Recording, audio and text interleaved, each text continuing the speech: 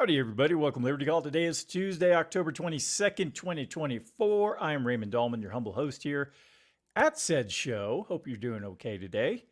It's a beautiful day again here in Colorado. We had some rain yesterday. It ventured off in the afternoon. It was pretty nice in the afternoon. And it's actually kind of warm today. So got shorts back on. I had sweats on yesterday. So anyways, like I said, hope you're having a great day out there. And before we jump into the numbers, if you, yes, you and you and you could do me a favor, if you could give me some thumbs up, a like, a share, subscribe, a follow, and press the notification bell.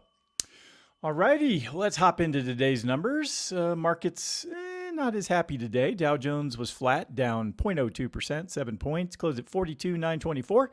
S&P 500 also flat, down 0.04, 2 points, closed at 5851. NASDAQ up 0.17%, 32 points, closed at 18,572. The VIX was down 0.93% today. It's at 1820.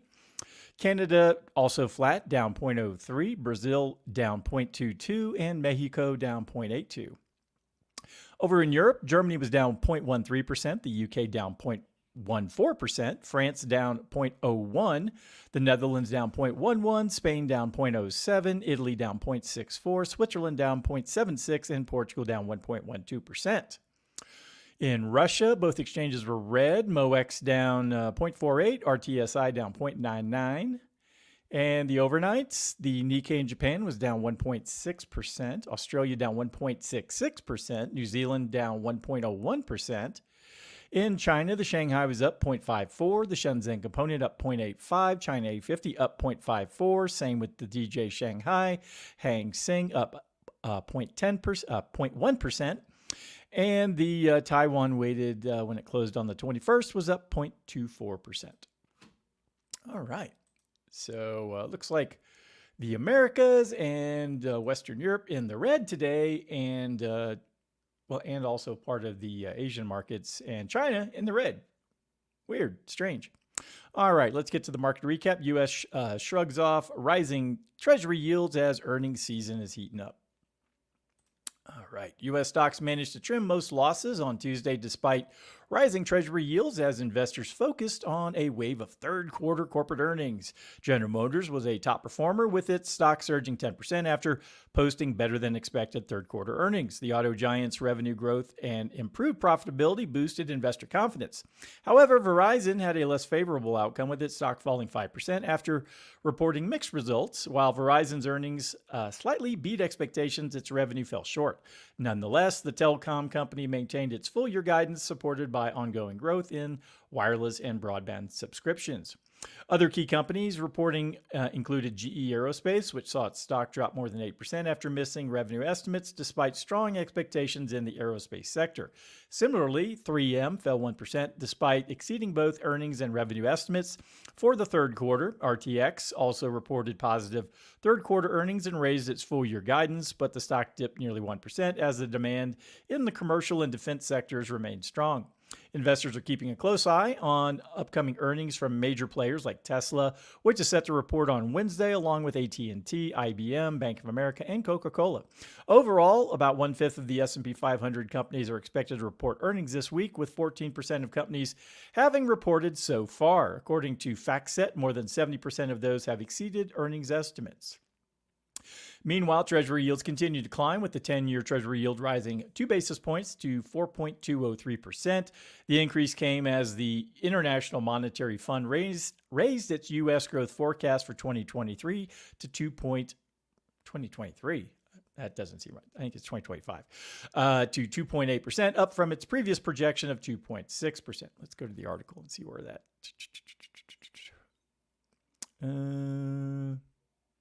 It doesn't have a year. So yeah, it's probably for next year, I would assume. Despite rising, where are we? The IMF cited stronger than expected consumer spending, fueled by rising wages and asset prices as key drivers of economic growth. Despite rising yields and inflationary concerns, the broader market remains cautiously optimistic as corporate earnings season heats up. All right, good stuff. Let's jump over to our next article from Zero Hedge. 17 indicators of global recession are clanging. Bang, bang, bang, bang, bang. So according to Charles Hughes Smith of Two Minds blog, this is what he seems to think. So let's see what he what's on his mind right now. All right. In a recent article, Charles Smith highlights the alarming signs of an impending global recession through 17 critical economic indicators. These indicators, compiled by Wilson R. Logan, signal a synchronized global economic downturn. Among them are tighter credit conditions, increasing repo fails, yield curve inversions, and rising credit card debt. Smith draws parallels between the current economic situation and an avalanche, seemingly stable but prone to sudden collapse due to interconnected disruptions. Key indicators like falling oil prices, negative consumer sentiment, and declining factory gate prices pointing to weakening economic activity, while the persistence of zombie corporations, which sustain themselves by rolling over debt at lower interest rates, creates an illusion of stability. However, with tightening credit and rising interest rates, these corporations, along with other borrowers, will face insolvency. Smith emphasizes that the global economy is an everything bubble where overvaluation and financial speculation reign supreme. Despite warnings and historical precedent, there's a widespread belief that the bubble is immune to collapse. However, Smith argues that all bubbles inevitably pop, and the symmetry of their rise and fall suggests that the deflation of this bubble could mirror its rapid growth. In conclusion, Smith warns that while some may place faith in central bank interventions or technological advancements, the smart money is already selling off assets in anticipation of the consequences. The indicators are clear, and ignoring them may result in financial catastrophe. The looming recession is not a matter of if, but when. Wow, he seems pretty pessimistic on what's going on in the world. I'm kind of halfway there. I mean, I'm not full-blown, the world's going to end tomorrow. But I think there are some negative things on the horizon that are consequences of the actions of 2020 with all the money printing and the lockdowns and all the nonsense that happened that year. And, and then also government policies since then have not helped with the continued overspending on a yearly basis from our, smart leaders in Washington. All right, last up, I got it's actually a video. So it's why is the money supply growing again? And this is via Ryan McMacken. So we're going to listen to Ryan talk for a few minutes, and then we'll wrap up the day. So let's go ahead and get started. Oh, hang on. Let me remove this. I didn't. Oops. Stop sharing. I forgot to turn the sound on. That would be unfortunate if we sat here for 4 minutes while Mr. McMacken was talking and you couldn't hear him. So, all right, there. Shared audio. Got it.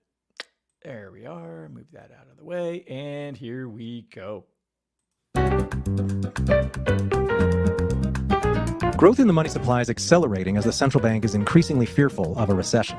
In August, the most recent month with full available money supply data, the money supply grew by the largest amount in 23 months. August was also the third month in 4 months that the money supply has grown year over year. The current trend in money supply growth is a turnaround from more than a year of sizable contractions in the money supply that occurred throughout much of 2023 and 2024. Since April, year-over-year growth in the money supply has slowly inched back upward.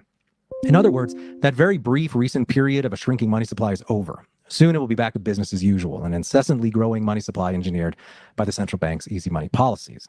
For now, though, looking to month growth, the money supply has been flat for 17 months, coming in between 18.5 trillion, more or less, month after month. The money supply measure I'm using here, by the way, the Rothbard-Salerno supply measure, is more sensitive to important changes in the money supply than the often used measure of M2. For more on that, click on the article that accompanies this video. But regardless of which measure we use, we can see that the money supply is growing once again. And that gives us a little insight into where we are in the business cycle. Typically, we see money supply growth slow down about 18 months or 2 years before a recession begins.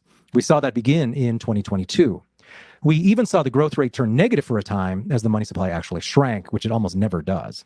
But this year, we've started to see the money supply growth rates accelerate again after a period of slowing. And it's when that happens that historically, at least, a recession is getting close.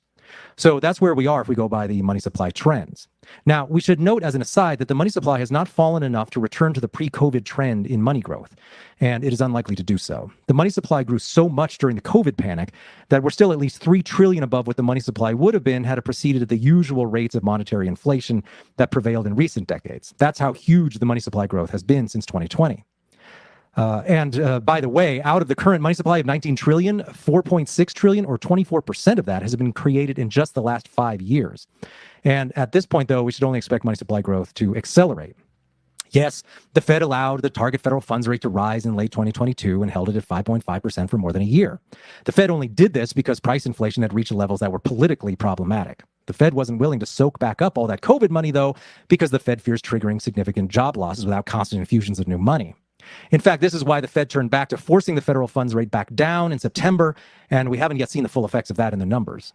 The Fed knows there is economic trouble coming, and that's why it is back to cutting the interest rate. This is how it usually plays out. The Fed starts to cut rates when it starts to fear recession and job losses, even though the Fed will claim otherwise. This is how it happened in both 2001 and 2008. We can see this if we look at the target federal funds rate alongside employment trends. Rate cuts are harbingers of job losses, and the Fed cuts rates in hopes that more easy money will lessen the pain in the short run. So going forward, we should expect to see the money supply head back up. Without active Fed intervention in favor of easy money, of course, the opposite would happen. The money supply would fall as the economy worsens because loan defaults cause fiat money to disappear. That would lead to falling prices, which would benefit many people, such as first-time homebuyers. But the Fed is allergic to falling prices, so we can expect the Fed to intervene repeatedly as economic news becomes worse.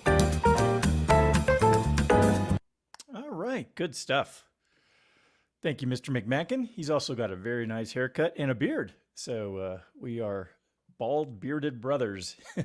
And I think he's in Texas too. So anyways, all right. Well, hope you enjoyed that. And then the other articles that we already covered today. So if anyone needs anything from me, I'm done with my broadcast. If anyone needs anything from me, please go to DSAFinancialGroup.com. That's where you can go get all your financial planning needs addressed. So feel free to give me a call. I'd be happy to help. All right. Well, hope everyone has a wonderful evening. Me and my main man are going to go out and toss the ball around. I got some meetings later tonight. So I got a busy day. So hope everyone has a great evening, and I'll talk to you again next time. Adios.